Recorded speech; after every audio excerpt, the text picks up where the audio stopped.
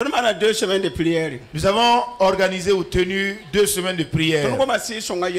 Nous avons passé du temps à parler du Saint-Esprit. Et que c'est le Saint-Esprit qui va nous aider et nous apprêter pour notre départure céleste. Lorsque Jésus est venu, qu'il est reparti. Et quand est venu le Saint-Esprit, Jésus va revenir. Mais pas encore pour venir pardonner le péché de l'humanité. Il a permis au Saint-Esprit de venir afin de venir montrer aux gens leurs péchés, afin d'apprêter les gens dans la sanctification. Le Saint-Esprit parle à notre conscience afin que nous puissions reformer nos cœurs pour demeurer continuellement avec Jésus, continuer à croire en Jésus, car c'est lui le chemin, la vérité et la vie. Dans Jean 1 Jean 2, il est dit, il est dans le texte là, ne péchez point. Mais s'il vous arrive de commettre le péché, souvenez-vous que vous avez donc un intercesseur qui se tient devant Dieu le Père et qui intercède en notre faveur. Il ne nous a pas demandé d'être des esclaves du péché. Il nous a fait comprendre que puisque l'être humain est fait de chair, il peut arriver à commettre des erreurs. Mais Paul dit qu'il y a la permission de tout faire, de faire toutes choses. Mais comprenez que tout ce que vous faites là n'est pas utile. Et je voudrais alors parler afin que nous recherchions ce qui est utile. Jésus avait dit à Marie, à Marie et à Marthe. Marthe était une personne qui était tellement soucieuse et inquiète. Et elle gémissait beaucoup dans ses inquiétudes. Mais c'était les inquiétudes là qui faisaient d'elle sa parole de Dieu. Et Jésus dit alors à Marthe, tu t'agites et tu t'inquiètes pour beaucoup de choses. Mais Marthe a choisi la meilleure part. Marie a choisi la meilleure part. Marie a choisi la meilleure part, qui est celle d'écouter la parole de Dieu, en voulant mieux comprendre de Dieu. Mais toi tu t'inquiètes et tu te soucies de beaucoup. L'inquiétude fait en sorte de corrompre ta foi. Vous et moi également qui sommes là, il y a plusieurs qui sont dans l'assiette de l'inquiétude. La foi est en train de se corrompre. Leur foi est en train de se perdre. Parce que nous souhaitons être exactement comme une telle ou un tel. Et pourtant nous ne voulons pas la même forme de mort qu'un tel. Nous voulons ressembler à une telle personne ou à un tel. Et pourtant nous ne voulons pas être victimes du même désastre et problème que connaît l'autre. Et alors Jésus nous dit que chaque personne vive de la manière dont Dieu l'a donné d'être, dans un esprit de contentement et de pouvoir donc se suffire de toutes choses. Dieu connaît chaque personne et Dieu connaît également ce qui nous convient à nous. Et Dieu sait également que si nous sommes bénéficiaires de telle et de telle grâce ou de tel don, nous allons nous détruire. Ainsi donc dans la chose dans laquelle nous vivons, Dieu sait que nous pouvons gérer ça et en même temps obéir à Dieu et de servir Dieu. Certaines personnes, Dieu veut les élever. Mais quand attentivement vous remarquez, même si attentivement vous analysez, ceux-là qui sont dans une attente ardente du mariage là, quand ils finissent de se marier, ils ne peuvent même plus venir à l'église.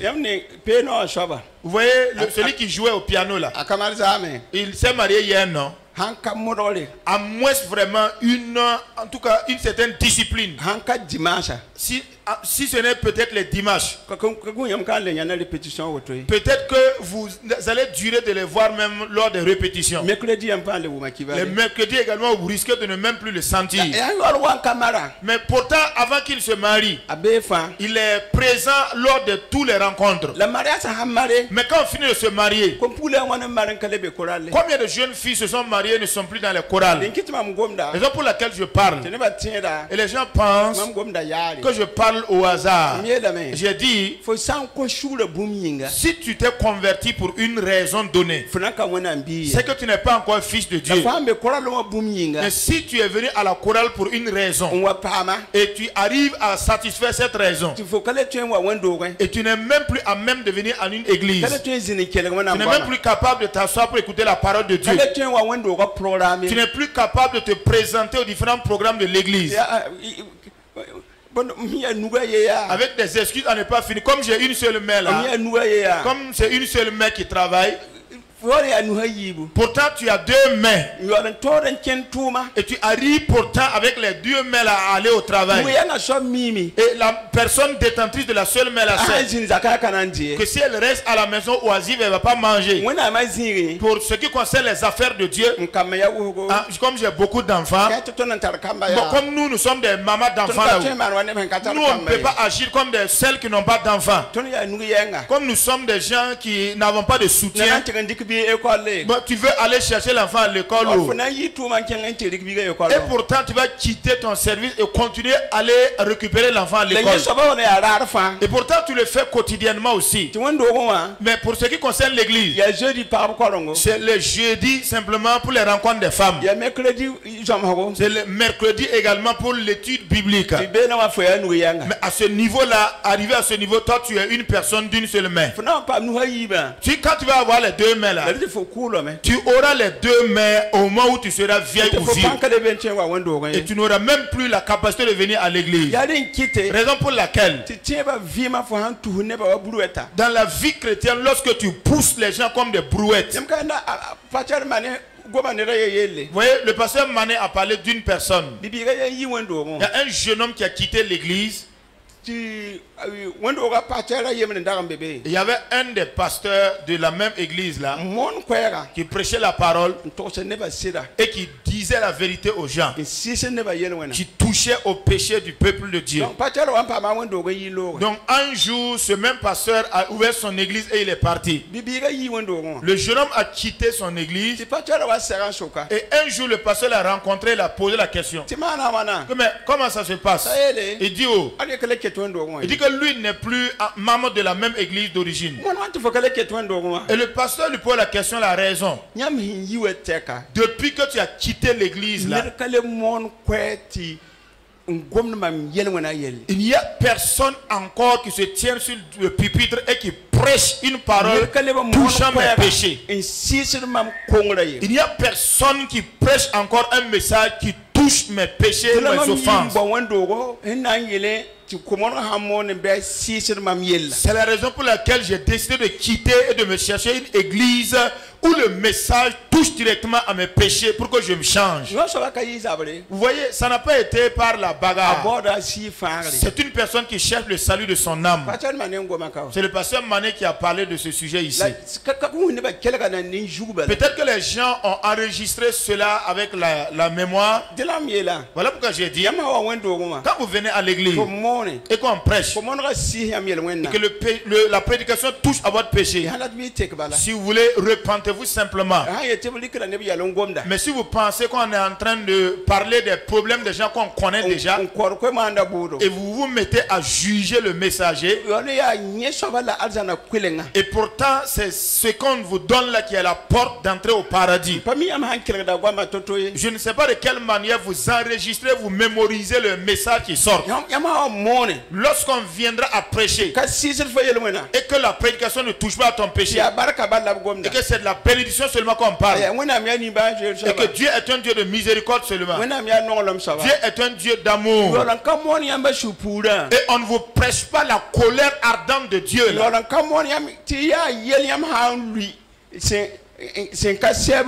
Et on ne vous avertit pas que c'est vraiment d'un grand danger si vous tombez dans la main de l'Éternel dans le jour de sa colère. Et qu'il ne prêche pas donc pour vous amener dans les réalités dont nous parle le livre aux Hébreux. Que si une personne a été éclairée une fois et qui connaît la vérité et qui repratique le péché, il n'y a plus de sacrifice pour ce péché-là. Mais ce qui attend là, c'est le jugement, ainsi que la grande colère de Dieu qui va consumer donc les impies impies, donc qui va consumer les impies. Lorsqu'on te prêche la miséricorde de Dieu, et qu'on te prêche l'amour de Dieu, et qu'on ne te présente pas ce texte-là, c'est que tu es dans une zone dangereuse. Ainsi donc chaque personne se prépare, parce que ce n'est pas une question de divertissement, parce qu'il est dit que ce sont les violents qui vont entrer dans le royaume des cieux. Si vous allez vous asseoir et vous êtes amadoué, et on est en train donc de laver vos plaies en les désinfectant pas, et on ne met pas de la pression pour enlever carrément tout ce qui est mauvais dans la plaie. Écoute, les gènes, le cancer risque donc d'amener une amputation de ta jambe. Il va falloir qu'on frotte correctement la plaie. Il va falloir donc qu'on puisse désinfecter ça correctement, avant donc que les plaies ne commencent à se cicatriser. Si ta maladie nécessite une intervention chirurgicale et tu refuses la chirurgie, toi-même tu sais très bien que tu vas mourir, parce que Dieu a donné une science pratique aux médecins. Si tu acceptes la chirurgie, et tu auras une longévité, mais si tu refuses la chirurgie, il y a la mort qui est à ta porte. Toute prédication qui prêche et qui prêche, qui touche à ton péché, si tu veux sanctifie-toi, si tu veux sanctifie-toi et lave-toi, prépare-toi car le royaume des cieux est proche. Nous avons prêché ici et montré, le royaume des cieux est proche, mais nous devons prêcher un message de repentance. Il y a personne qui va se lever le matin sans t'acheter sa robe blanche, par le regard de ses yeux, par son comportement. Depuis que nous sommes convertis, on nous a revêtus d'un vêtement de justice, une robe blanche de justice. Mais chaque jour qui se passe, il y a une tache qui vient sur la robe. Mais dans cette tache-là, c'est la parole de Dieu que tu vas écouter, et ta conscience va te faire comprendre que tu dois te repentir devant Dieu. Et le sang de Jésus intervient sur la robe blanche. Si ce n'est pas ça, je le dis encore, toute personne qui ne reconnaît jamais son tort, cette personne ne se trouvera jamais au paradis. Quand on prêche par la puissance du Saint-Esprit, on doit se repentir et demander pardon. Si tu ne te repens pas, et si tu ne reconnais pas ton tort, si tu ne te repens pas de cela, comme quand Nathan est venu montrer à David, ce que tu viens de faire roi n'est pas normal. C'est un message qui venait de Dieu. David a reconnu la source divine. Il a abandonné sa royauté, mis de côté ses honneurs. Il s'est dépouillé de son vêtement royal et il s'est revêtu, il s'est saupoutré de la cendre. Il s'est même assis par terre devant la parole de Dieu pour demander pardon à Dieu. Et Dieu a dit qu'il agresse son demande de pardon. Mais la sentence qu'il avait prononcée en disant que celui qui a commis le péché mourra, moi j'ajoute un message en disant que je t'ai pardonné, mais tu ne mourras pas, David. Toute personne qui reconnaît son péché, la seconde mort là ne l'emportera pas. Mais ceux qui ne reconnaissent pas leur péché attendent l'enfer simplement parce que tu vas y entrer. C'est vrai. La parole de Dieu est claire, sans embâche. Alors celui qui veut qu'il se prépare, parce que tu ne connais pas le jour de ta mort, tu ne connais pas le jour de la venue de Jésus, la manière dont les gens meurent brusquement, toi aussi tu peux en être victime. La manière dont les gens meurent accidentellement, tu peux également rester sous le coup d'un accident. L'accident vasculaire cérébral aussi est venu. L'AVC. Quand l'AVC est venu, ça ne fait que faire tomber beaucoup de personnes.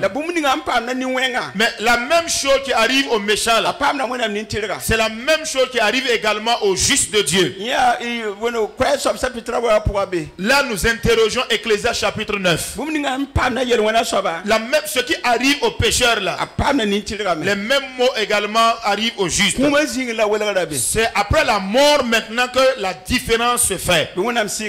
Que le Saint-Esprit nous aide à être des hommes sages et de ne pas être des insensés. Aucun insensé ne sera trouvé au paradis. Voilà pourquoi Jacques nous dit, demande à toutes ces personnes-là qui n'ont pas de sagesse de demander à Dieu la sagesse. De demander par la foi, car Dieu va leur en donner. Parce que Jacques savait clairement qu'aucun insensé n'entrera au paradis de Dieu.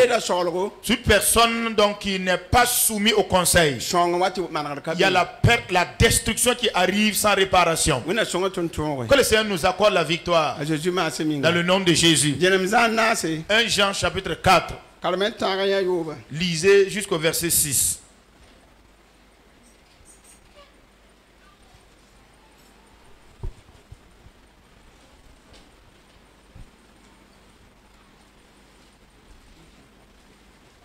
Mam kom nongr se bira te si sa faye la bi maxi sa ngese mbang si ya wenam denda ti boy zambangar ba wusugo wa dunia point ya ne bon kanga la yam na mbang wenam si songo si ninga fa sen kit kaseto ta Jésus Christ wa ninga bam ya wenam sira la si ninga fa sen ka kita Jésus kaseto nyika wenam siye aya Christ ki isra siga nyam sendakan wume tana wame la be dunia zuga mosan mam kombonro nyam ya wenam kamba la nyam tora 6:15 tibwen sembene yamba yira sembene dunia ramba bam ya dunia renda denyinga bam gwama ya dunia gwama la dunia kelgada bamba ton ya wenam kamba simi wenam kelgada tondo la ninga senka wenam denda aka kelga tonye ne bon kanga ton toin banga 6 ya sida la 6 ya belare. 1 Jean chapitre 4 verset 1 verset 6. Bien-aimés, n'ajoutez pas foi à tout esprit, mais éprouvez les esprits pour savoir s'ils sont de Dieu, car plusieurs faux prophètes sont venus dans le monde. Reconnaissez à ceci l'esprit de Dieu. Tout esprit qui confesse Jésus-Christ venu en chair est de Dieu. Et tout esprit qui ne confesse pas Jésus n'est pas de Dieu. C'est celui de l'antéchrist, dont vous avez appris la venue et qui maintenant est déjà dans le monde. Verset 4. Vous, petits enfants, vous êtes de Dieu et vous les avez vaincus. Parce que celui qui est en vous est plus grand que celui qui est dans le monde. Eux, ils sont du monde. C'est pourquoi ils parlent d'après le monde et le monde les écoute. Nous sommes de Dieu. Celui qui connaît celui qui connaît Dieu nous écoute. Celui qui n'est pas de Dieu ne nous écoute pas. C'est par là que nous connaissons l'esprit de la vérité et l'esprit de l'erreur. Amen. Comprenez qu'il y a diversité d'esprit. Il n'y a que le Saint-Esprit seul qui amène une personne donc à reconnaître son péché. Et c'est par la présence du Saint-Esprit en nous, avec nous, c'est lui qui nous conduit permanemment et qui nous conduit également dans le pâturage et qui nous conduit vers les abreuvoirs. Si nous n'arrivons pas donc à discerner quel est l'esprit qui nous conduit là pour nous opposer, pour nous résister à cet esprit, comme ce que l'épître de Jacques nous dit, résistez au diable et il fuira loin de vous. Il y a une délivrance donc qui ne se passe pas par la prière. La forme de délivrance décrite ici dit discerne les esprits, mais n'ayez pas foi à tous les esprits. Résistez au diable, car c'est lui-même qui va s'enfuir, il va fuir loin de toi. Si nous nous amusons, parce que Christ est venu physiquement avec la chair. Mais quand il est venu physiquement, les mêmes mots et les mêmes difficultés que vous et moi avons connues dans notre chair. Écoutez-moi très bien. Les mauvais désirs donc et toute la sensualité que nous avons en nous-mêmes là. Jésus l'a également été éprouvé par toutes ces choses. Et il a dominé ou il a vaincu cet esprit là. Voilà pourquoi nous le suivons. Voilà pourquoi je disais hier, le premier Adam, par lui le péché est né. Et la mort s'est introduite à cause du péché. Le second Adam, lui, il est venu par l'esprit, dans le but de nous sauver de toute la conséquence que le premier Adam a produit sur nous. Si tu es présent ici et que c'est ta chair qui domine, voilà pourquoi Jean nous dit dans 1 Jean 3:8 là, que s'il est vrai que nous sommes là et nous continuons à pratiquer le péché, c'est que nous sommes toujours des fils du diable. Toutes ces personnes qui ont quitté ce département et qui sont allées vers le second Adam et qui vont vivre sans péché là, ces personnes ont quitté la mort et sont maintenant placées dans la vie. Le péché est venu par une personne et la mort s'est introduite à cause du péché. Une personne est venue régler le problème et ceux qui se trouvent dans cette personne ont la vie. Ceux qui n'ont pas le second Adam, cette personne se trouve toujours dans la mort. Mais si tu es dans l'église et dont ton cœur est toujours rempli du désir de faire le mal, on prêche sans changement, c'est que c'est la chair qui domine. Voilà pourquoi le pasteur Mané dit que Ismaël est né suivant la chair, mais Isaac est né suivant les instructions de l'esprit. Et pourtant tous les deux réalités sont en nous. Il va nous falloir dominer la voie d'Ismaël afin que la vie d'Isaac puisse jaillir en nous. Sans quoi nous sommes toujours vendus à la chair, nous sommes dans les désirs de la chair. Raison pour laquelle il est dit de discerner les esprits afin de ne pas donc accorder ta foi à tous les esprits. Écoutez-moi bien. Il n'y a personne qui arrive à trouver un échappatoire, des arguments pour échapper. Parce que Dieu est entré dans la vie de beaucoup d'hommes. Dieu a pris corps dans la vie de beaucoup de personnes afin que tout le monde puisse entendre la bonne nouvelle de l'évangile de Jésus. Surtout nos téléphones portatifs que nous avons là ont tout. Celui qui est disposé à être saturé de l'affaire de Dieu là. Il est vrai qu'il y a beaucoup d'ordures qui se mélangent dans les téléphones portables. Voilà pourquoi il est dit de ne pas faire foi à tous les esprits, car il y a des faux prophètes et des antichrists donc qui se sont infiltrés. Mais si tu appartiens à Dieu, tu entends la voix de Dieu. Je vous ai dit la fois passée, quand nous sommes allés en Israël, on prenait que les brebis des bergers sont ensemble dans un même enclos. Et vers le soir, nous étions en train de nous diriger vers Jéricho, vers là où se trouve la tombe du prophète Samuel. Le car s'est arrêté.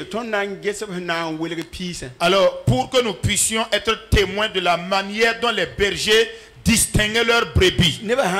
Lorsque les brebis sortent, voilà, vous voyez que les brebis là, ce sont des brebis qui ont véritablement un pelage, ils ont beaucoup de poils. Mais ils sortent ensemble. Et ils broutent ensemble.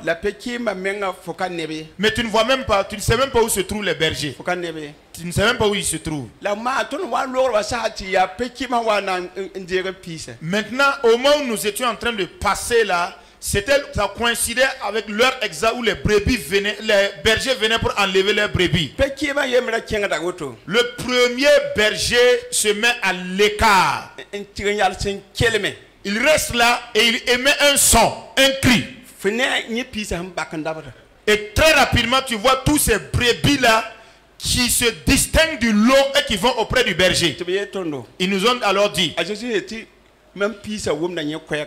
que quand Jésus a dit que mes brebis entendent ma voix là, c'est de cette manière-là que ça se passe. Il y a certains bergers qui partent s'isoler de l'autre côté. Et il siffle. Et au son de son sifflet, Tu vois tous ces brebis là qui se distinguent du lot là et qui vont le rejoindre. Vous voyez la trompette qu'on utilise comme ça là. La trompette là, les sifflets, voilà, sous forme de trompette. Le monsieur, ce berger également va se positionner à quelque part. Et il joue donc à sa trompette ou bien c'est une flûte. Et également au son de sa trompette, également ses brebis vont. C'est-à-dire que chaque brebis discerne la voix de son berger. Voilà pourquoi il est dit de nous tous qui sommes là, celui qui appartient à Dieu, il entend la voix du Fils de Dieu. Quand la voix d'un mercenaire ou d'un étranger va se retentir, il n'entendra pas. Est-ce qu'on se comprend?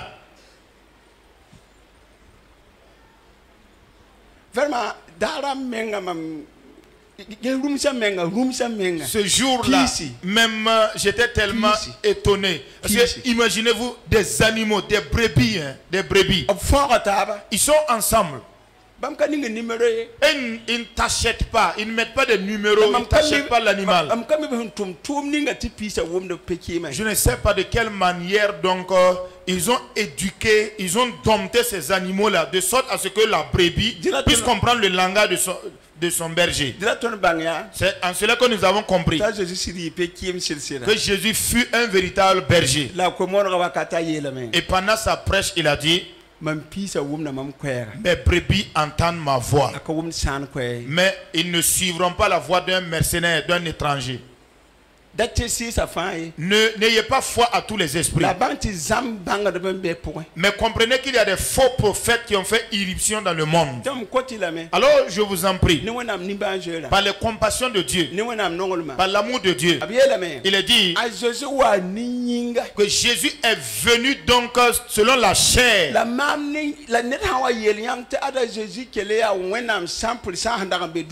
Mais si quelqu'un venait à vous dire que lorsque Jésus était sur la terre ici, il était Dieu 100%. Et que c'est au nom donc de sa casquette donc de Dieu là que Jésus a pu vaincre le péché, n'a pas commis le péché.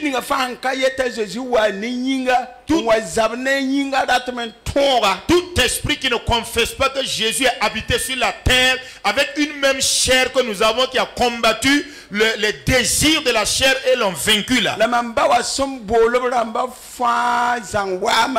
Et toutes ces personnes que mon père donc a appelées sont venues vers moi.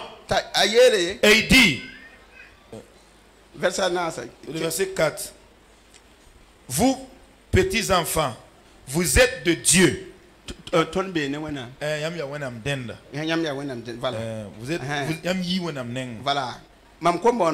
petits enfants, vous êtes de Dieu et vous les avez vaincus.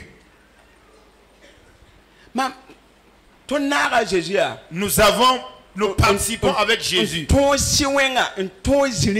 dans la victoire donc qu'il a eu contre l'esprit méchant, l'esprit du mensonge.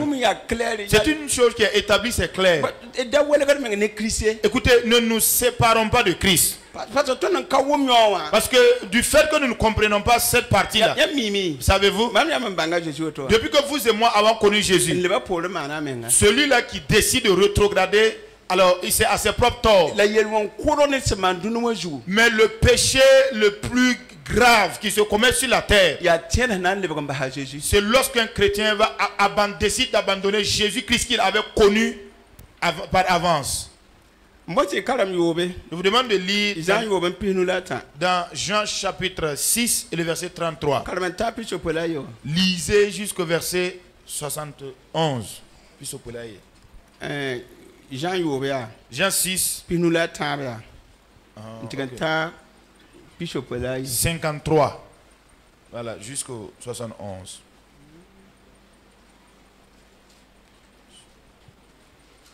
Verset Pinulata. A Jésus et la Bamia. Mamia tayam sida. Tiam sanka mwabni sal biga nemdo. Le kanyuazim. Nyam katar vimye. Ninga suwa madame mam nem.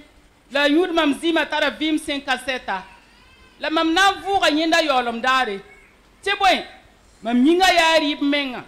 la mam zima ya bu yudl menga nini nga sen wa mam nemdo la yud mam zim abene mam la mami bene nyenda awamba sen vi tum mam ti mam pam vim bam nyinga woto nini nga sen wa mam nemdo ana pama vi mam nyinga bursi yit arzan ya woto aka wen man nyambara ma sendali nkiwaye nini nga sen endit burkanga anabi wakat 57 a Jésus goma gom 15 wakat ninga bam sinzam seneba Capernaum karondora pourwa kengwe bab karim bisa wuzgo se wumbam goma obiyela me gom kanga ya toro ana twende yawa a Jésus sembangab sura a Jésus sembangab bangab sura pourun tip karim bisa nyerem da ne yel kanga ib soka bamya nyawaratin yo nyam yamla nyam sanya ni sal biga sin ndudan dabde zininga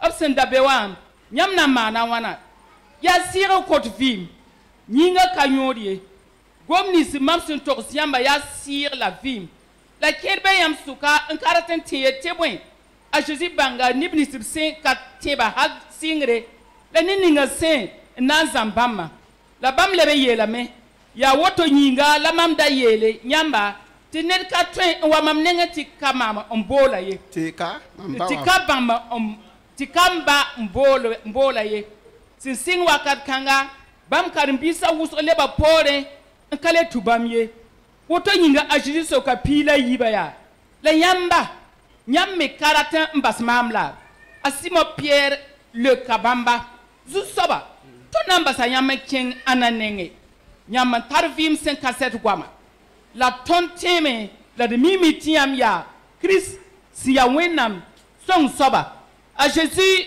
le kabamya kama ma tous yam pila yibawe la nyam nera aye yazina asima biga jidas as Iscariot la bam yele la bam da gomda tebwe ya yin nan zambamba la nyi ya pila yiba nera yemre.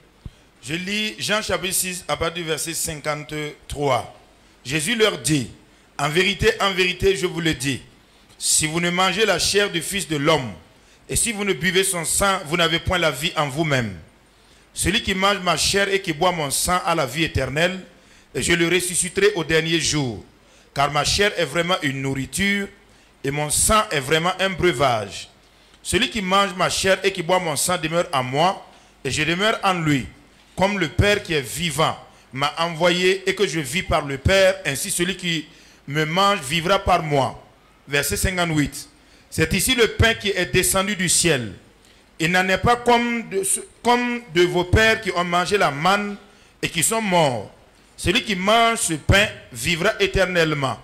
Jésus dit ces choses dans la synagogue, enseignant à Capernaum. Plusieurs de ses disciples, après l'avoir entendu dire, cette parole est dure, qui peut l'écouter? Jésus, sachant en lui-même que ses disciples murmuraient à ce sujet, leur dit, cela vous scandalise-t-il? Et si vous voyez le Fils de l'homme monter où il était auparavant? C'est l'esprit qui vivifie, la chair ne sert de rien. Les paroles que je vous ai dites sont esprit et vie. Verset 64. Mais il en est parmi vous quelques-uns qui ne croient point. Car Jésus savait dès le commencement qui étaient ceux qui ne croyaient point et qui était celui qui le livrerait. Et il ajouta, c'est pourquoi je vous ai dit que nul ne peut venir à moi si cela ne lui a été donné par le Père. Dès ce moment, plusieurs de ses disciples se retirèrent et ils n'allaient plus avec lui. Verset 67. Jésus donc dit aux 12, et vous, ne voulez-vous pas aussi vous en aller? Simon Pierre lui dit, Seigneur, à qui irions-nous? Tu as les paroles de la vie éternelle. Et nous avons cru, et nous avons connu que tu es le Christ, le Saint de Dieu. Verset 70, Jésus leur répondit, n'est-ce pas moi qui vous ai choisi, vous les 12, et l'un de vous est un démon? Il parlait de Judas Iscariote, fils de Simon, car c'est lui qui devait le livrer, lui, l'un des 12. Vous voyez les deux camps ou les deux groupes. Il y a des personnes que Dieu a appelées Il y a des gens qui sont venus à l'église à cause de leurs difficultés, de leurs problèmes, parce qu'ils veulent la guérison. Ils sont venus parce qu'ils veulent le mariage. Ils sont venus parce qu'ils veulent la sécurité, la protection. C'est-à-dire qu'ils ne comprennent absolument rien de tout ce qui intéresse le royaume des cieux. Mais les 12 disciples là, Jésus a fait une veillée sur une montagne. Poussé par le Saint-Esprit qu'il a montré, il est descendu et il a recruté 12 disciples. Eux sont ceux que Dieu a appelés, les 12. Tout le reste là, ils ne comprenaient pas du tout le sens des paroles de Jésus. Je voudrais dire ce matin là, s'il y a quelqu'un ici qui s'est converti à longtemps et qui jusqu'à présent ne comprend pas le sens de la parole de Dieu, comprends que tu peux vraiment échapper. Tu peux recadrer et reviser ta foi. Parce que ceux qui sont venus par la chair là, il y a des jeunes filles qui étaient venues ici pour désirer le mariage et elles sont reparties. Elles sont allées se marier avec d'autres personnes d'autres confessions religieuses. Toutes ces personnes là, ce ne sont pas des gens qui avaient reçu l'appel de Dieu. Ce n'est pas le Père de Jésus qui les avait appelés. Ils ont été attirés dans l'église à cause du mariage. Ils ont été attirés dans l'église à cause du travail. L'intention ou la pensée donc qui les a amenés là, c'est ce qui les a conduits ici. Lorsque ces personnes-là viennent s'asseoir et qu'on prêche l'évangile, ils disent que c'est difficile. Ils disent que cette foi chrétienne là est tellement compliquée. Personne ne peut vivre tout ce que vous êtes en train de dire là. C'est de la servitude. On veut forcer les gens à vivre avec une certaine cruauté. Toutes ces personnes-là, la chose, puisqu'ils sont venus pour un but donné. Quand Jésus a dit expressement un jour, en vérité, je vous le dis, celui qui ne mange donc ma chair et qui ne boit mon sang ne peut être mon disciple. Quand il a prêché, qu'il a prêché, ils ont placé Jésus donc au standard d'un sorcier. Parce qu'ils ne comprennent pas du tout le sens de la foi. Ils ne comprennent pas du tout la vie, dimension, esprit. C'est-à-dire qu'il faut que tu sois baptisé d'abord. Et que tu penses donc à toute la souffrance que Jésus a endurée pour toi. La sainte scène que nous célébrons. Le pain représente la chair de Jésus. Le breuvage représente le sang de Jésus. Mais ils ne comprenaient même pas le sens de cela. Et pourtant Jésus a dit de faire ces choses-là en mémoire de moi-même, en se rappelant de moi. Chaque fois que vous les faites jusqu'à ce que je revienne. Mais si nous voulons le faire, nous voulons dire aux gens que Christ a souffert et il a versé son sang. Et c'est par ces maîtrissures que nous sommes guéris. Et c'est par l'effusion de son sang, par la foi. Cela est un sacrifice qui expie nos péchés. Parce que le dernier messager qui est Jean-Baptiste a dit: voici l'agneau de Dieu. C'est lui qui efface et qui ôte le péché de l'humanité. C'est lui qui efface le péché des hommes. Est-ce qu'on se comprend bien? Mais ceux qui sont assis selon la chair et ne comprennent pas le sens du corps de la parole de Dieu.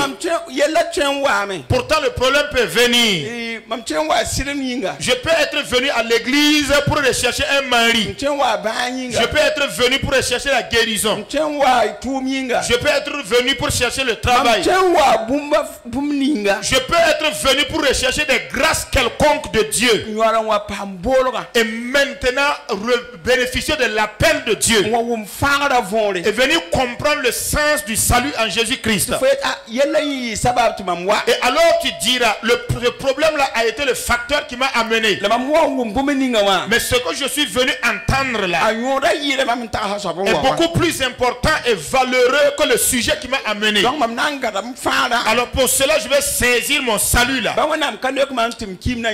Même si Dieu ne m'exauce pas par rapport à mes désirs là, après ma mort, je verrai Dieu. Même si je ne me marie pas, après ma mort, je verrai le Seigneur. Même si le Seigneur ne m'exauce pas par rapport au travail, après ma mort, je le verrai. L'intention qui m'a conduit à l'église là m'a aidé à venir trouver le salut. Ça, c'est une réalité aussi. Sinon, il y a des gens qui ont la même situation, le même problème que tu vis, mais qui vont demeurer, vivre, mourir même dans ce problème-là.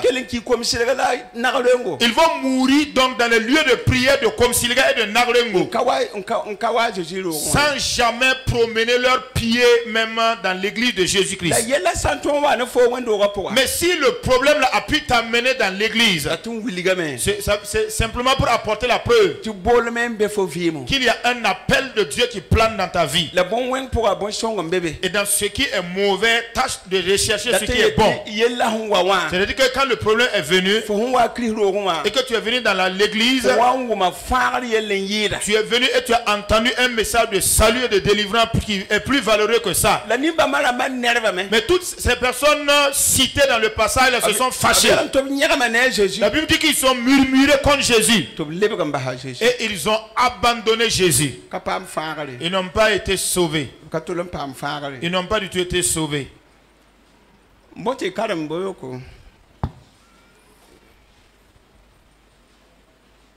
Nous. Je vous demande Jean nous de lire dans Jean chapitre 5 et le verset 19.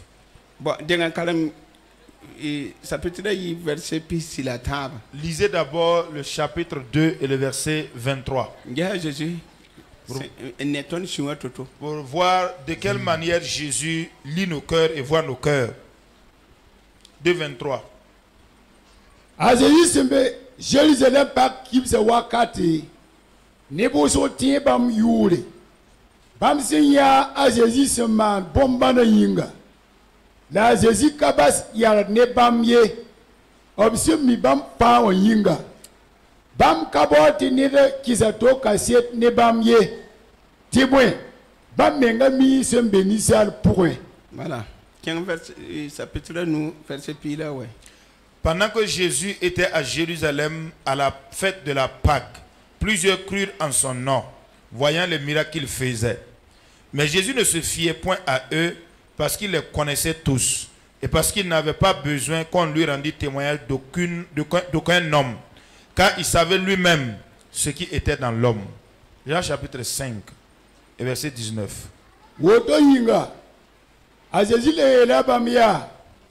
Mamieta yam sida tibiga katweman boom ne men pang ye ya sinyata ba mal boom ninga bala manda la boom ni fa basemana biga me manda bon kanse tibwe bamba wa nonga bamba on wiligide bam obseman boom ni safa labna wiliga bam tuon kasmas se yidnyawa Tiam yesi, tibwe, awaba, se vourou koum on kotop vima, biga me kota asenda tobramba vim, abaka boud, ned ba ye boud ye, abaza bouda fa ne biga, tini ba fa wo biga, awab se woda bawa, sen ka woda biga, ka woda bawa, sen tuma bamba meye.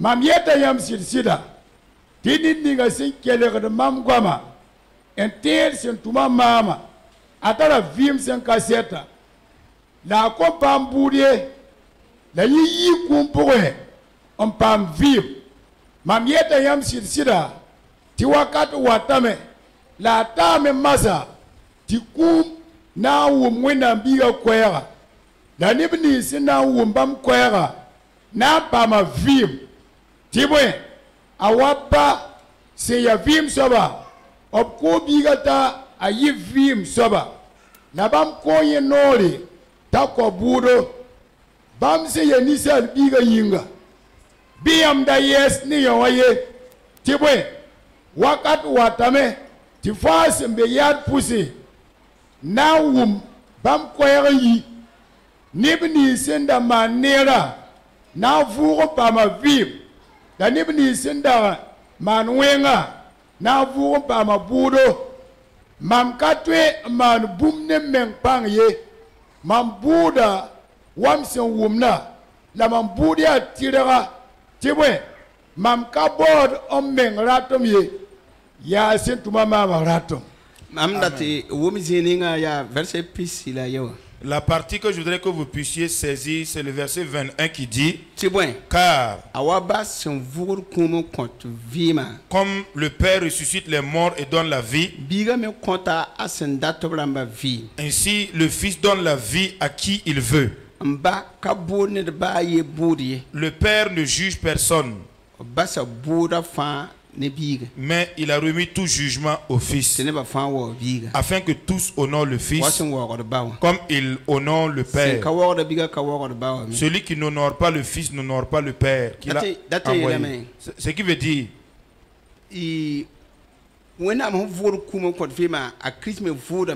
de la même manière que Dieu ressuscite les morts et donne la vie, Christ également ressuscite et donne la vie. Il est dit, il le donne également et donne la vie à qui il veut. Vous entendez? Mais le Père a remis tous les jugements entre les mains du Fils. Vous entendez? C'est-à-dire que ce que Dieu veut, ce que Christ désire, c'est que vous et moi nous puissions donc obtenir sa vie, mourir et ressusciter aussi avec lui. Vous entendez? Si vous allez lire cela attentivement, c'est véritablement la porte d'entrée du paradis qui nous a été ici présentée. Allez-y au chapitre 6 et le verset 22 jusqu'au verset 40.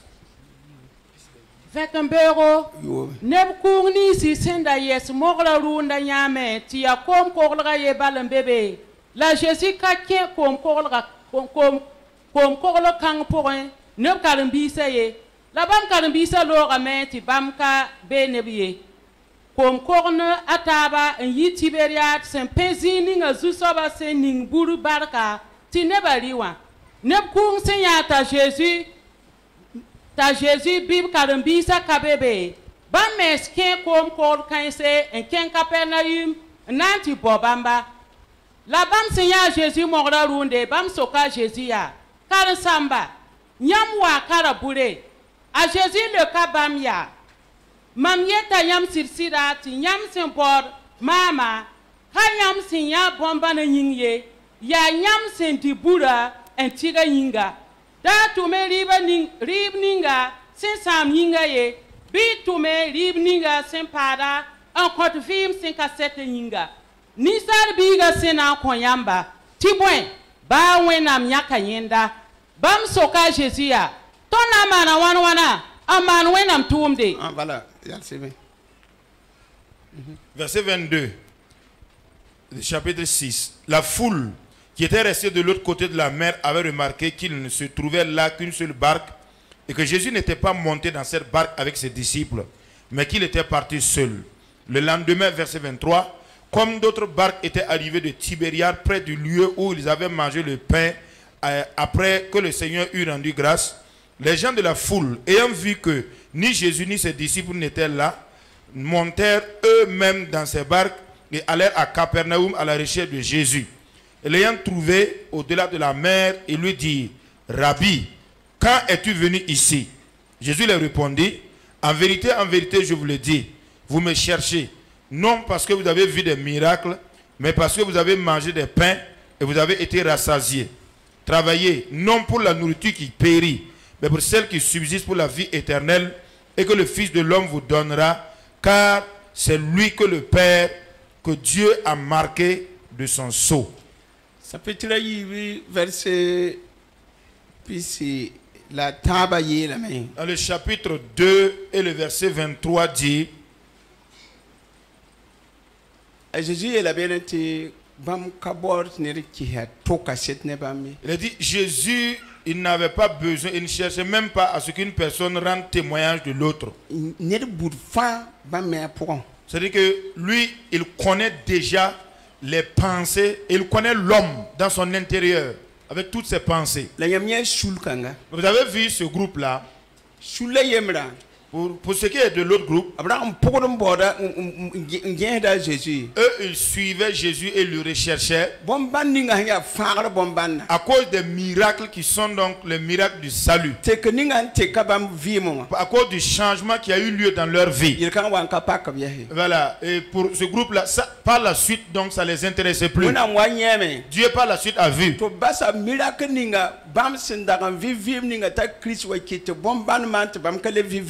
qu'ils ont mis de côté, donc ils ont carrément oublié la vie dans laquelle ils étaient, donc, et que Christ a intervenu par un miracle pour changer leur réalité là. Parce que vous,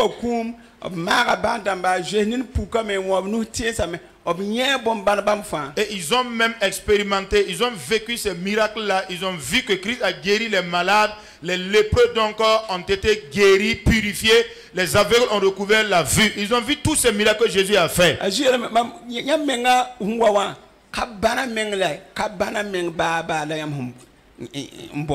Jésus les a reprochés en disant, je vous l'ai dit en vérité, si vous êtes en train de me rechercher, ce n'est pas à cause des miracles même que j'ai fait au milieu de vous que vous me cherchez.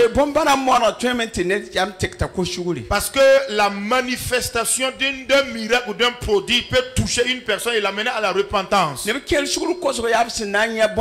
La repentance ou le salut dans la vie de cette, la porte du salut dans la vie de cette personne est liée à un miracle qui est fait. Mais il y a plusieurs qui ont vu le miracle. Mais l'affaire du salut là ne les intéresse guère. Pourquoi Jésus est capable? Venir et suivre Jésus là ne les intéresse guère. Ce qui eux les intéresse, c'est le pain que Jésus fabrique tous les jours pour eux là. C'est ça qui les intéresse. Vous voyez le fait que plusieurs églises soient remplies là. C'est que j'ai eu un visa, j'ai été guéri, et il parle des miracles qui se font.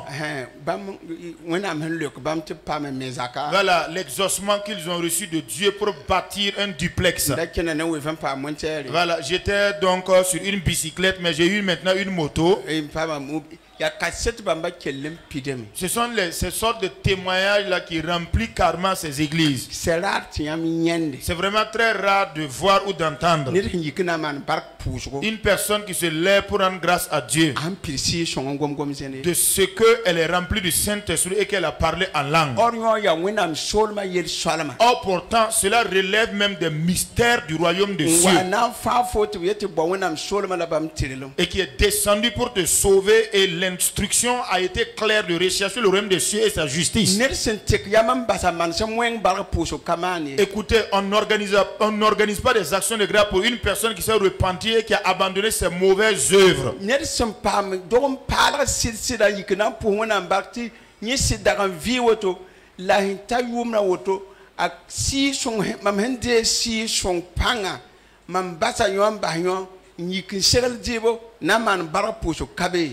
C'est vraiment très rare de remarquer une action de grâce à l'occasion de laquelle on cuisine, on prépare de la nourriture pour inviter les convives, pour dire voici quelle était mon ancienne vie et ma qualité de vie d'antan, mais voici à partir du moment où je suis rempli du Saint-Esprit, voici de quelle manière il a changé ma vie, et je vous invite afin que nous puissions ensemble nous réjouir et rendre grâce à Dieu. Il n'y en a pas. C'est que j'étais malade et que j'étais près de la tombe et Dieu m'a ressuscité, m'a guéri, et quand je suis ressuscité, après cela j'ai eu une nouvelle moto, après cela j'ai eu un 4 roues et j'ai achevé la construction de ma maison.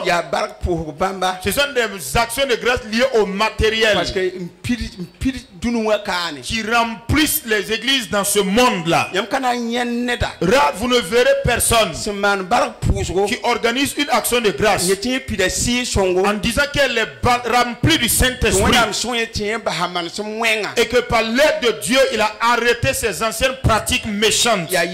C'est vraiment, ça se compte au bout des doigts. En tout cas, moi je n'ai pas encore vu quelqu'un qui nous invite à venir organiser une action de grâce.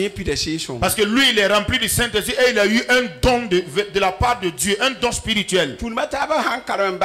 Les autres confessions religieuses, lorsqu'ils finissent leurs études, ils font donc un doigt, un sacrifice, en disant qu'eux, ils ont fini de lire, de méditer tous les livres de Moïse là.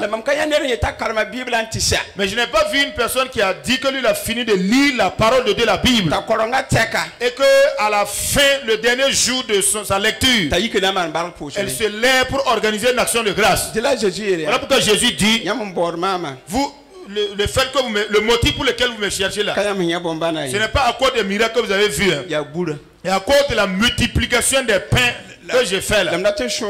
Mais je voudrais vous mettre en garde. Et je voudrais également vous avertir que si vous faites l'œuvre là rien que pour satisfaire le ventre, comprenez donc qu'effectivement la nourriture est faite pour le ventre et le ventre également pour la nourriture.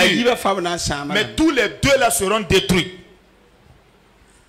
Ne travaillez pas pour le ventre. En toute sincérité, quand on parle, les gens ne comprennent pas. Parce qu'ils ne comprennent pas du tout le sens de la parole de Dieu. Ils ne comprennent pas également la vie spirituelle quand on en parle. Si vous voyez, si vous remarquez, beaucoup de personnes travaillent pour satisfaire à leur propre ventre. Vous voyez la multiplication des églises indépendantes de nos jours là. Et que les prières également se sont multipliées un peu de partout. Les promotions d'écoles bibliques là, ça sort par légion, ça sort par centaines. En toute sincérité, dans la centaine de personnes qui sont sorties, tous les 60 là sont des artisans qui travaillent pour leur ventre. C'est moi qui vous l'ai dit. Si on mettait de côté donc la collecte des dîmes là, de l'église, les écoles bibliques là, risquent de se vider des élèves pasteurs. Ça c'est clair. Les premiers pasteurs là, ne vivaient pas comme ça. Les premiers pasteurs ne vivaient pas comme ça. Mais même de nos jours là, il y a des pasteurs dans les extrémités qui n'ont pas 5 francs ronds, mais qui avancent dans l'œuvre du Seigneur. Quand tu regardes seulement, tu sais qu'ils font partie des 11 disciples. Jésus a dit, en tout cas, mais vous, n'allez-vous pas retourner? Et Pierre dit, toi tu as les paroles de la vie éternelle. Nous n'allons pas nous retirer. Et Jésus connaissait les pensées du peuple. Et Jésus leur pose la question. Mais n'est-ce pas moi qui vous ai choisi tous les 12 là? Mais parmi vous là, il y a un qui est un démon. La Bible dit qu'il parlait il faisait allusion à Judas Iscariote. Dieu connaît tous nos cœurs là. Il connaît tous les Judas, tous les traîtres qui sont dans l'église. Toutes ces personnes qui vont se refuser de changer là. Écoutez bien. Dieu a donné suffisamment de temps à Judas de changer, de se repentir. Écoute premièrement. Quand il a pris la Sainte Seine là, et que Satan entra en Judas, et qu'il a amplifié sa haine vis-à-vis de Jésus, il est sorti et s'est rendu auprès des sacrificateurs pour aller prendre donc 30 cycles ou bien ces deniers d'argent là. Et sa conscience était en train de lui parler pour aller trahir ou vendre Jésus. Quand il est arrivé et qu'il a donné un baiser à Jésus, quand les soldats sont venus arrêter Jésus, le démon ou le Satan qui était entré là a quitté Judas, en ce moment-là, il devait se repentir, demander pardon.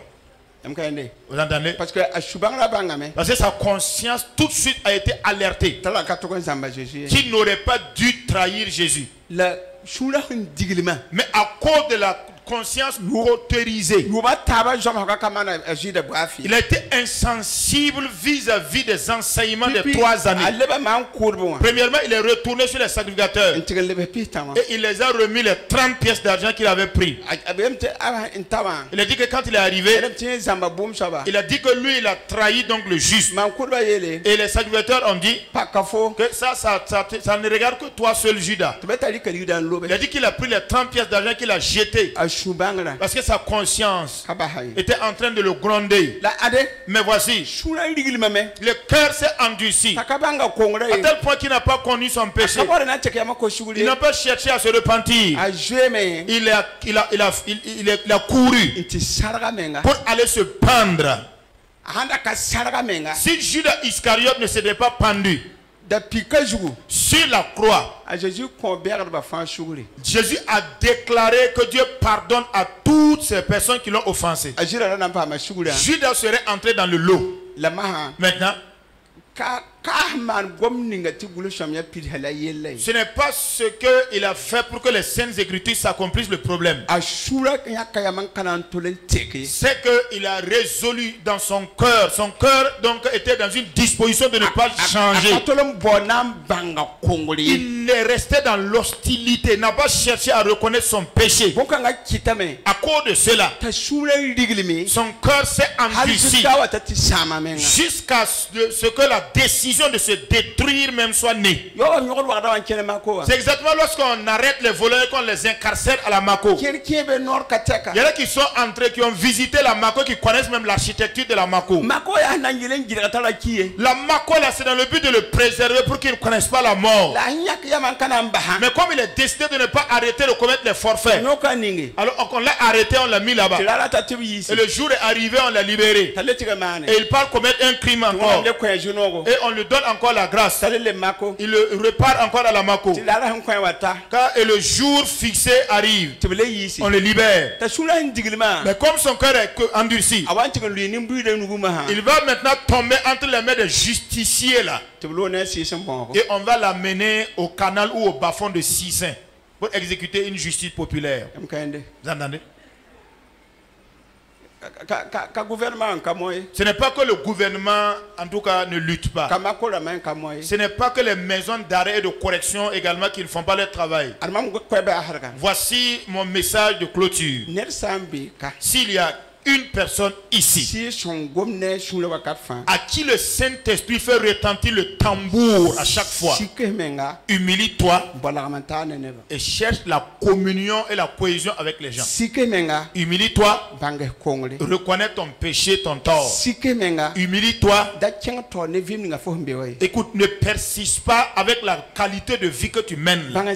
Reconnais. Le temps qui t'est imparti là, les minutes sont en train de finir.